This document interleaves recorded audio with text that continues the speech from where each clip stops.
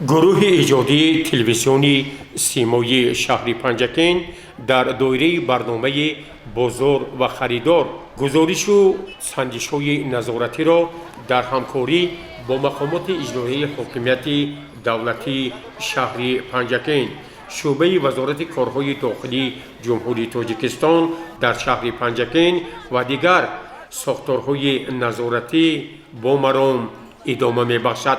در این روند گروه ایجادی ما با همراهی گروه کارمندان شعبه وزارت کارهای داخلی جمهوری تاجیکستان در شهر پنجکین تحت رهبری معاون سردار شعبه مایور میلیسیا علیشیر عبدالنظرزاده نماینده شعبه اقتصاد و سودای مقامات اجرایی حاکمیت دولتی شهر پنجکین عزیزجان اسلاموف و دیگر مسئولین با رفتی به ترتیب درآوردن نزد بازار مرکزی کوچه های اساسی و کوچه سمت محله لب چشمه جریان گرفت.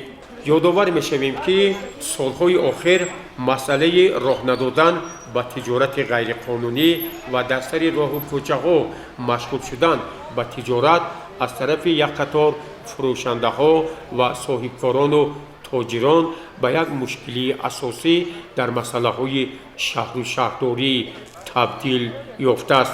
در اساس سفارش های مقامات اجرایی حاکمیت دولتی شهر پنجکین گروه ایجادی ما با همراهی نمایندگان ساختارهای در بالا زیر شده با صاحبکاران، تاجران، شهروندان و مسئولین پیرامون پیشگیری از سودای کوچگی به مردم پیشنهاد کردن مال و محصولات خوشصفت، رعایت رژه نقابی و دیگر طلبات شهر و شهرداری هم صحبت شدیم. تاجران و صاحبکاران و دیگر همصحبتان ما واقعا اصرار داشتند که با سبب نبودن جایهای موافق آنها مجبور هستند که در درآمدگاه بازار قد راه و کوچه ها به تجارت مشغول شوند. برای چی شما در همین کوچه سودا میکنید؟ جای نداریم دیگه. جای نداریم. حاضر درون در آوردن یکان کس جای نماند با مجبور بیرون برآمدن. شما چند کس سودا میکنید؟ دو کس من همین کته. کلنم کته سودا میکنم. برای چی جای نیست؟ بازار کلان کو؟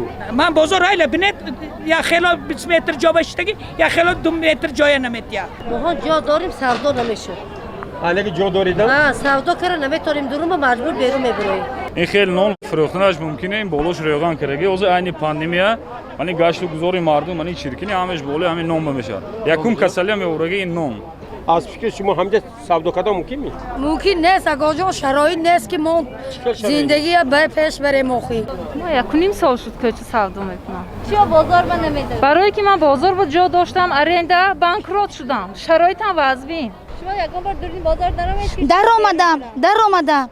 با پیش ناس فروشا جا کرد. اونجا هیچ کی نمیاد. باری ما لطه لطه.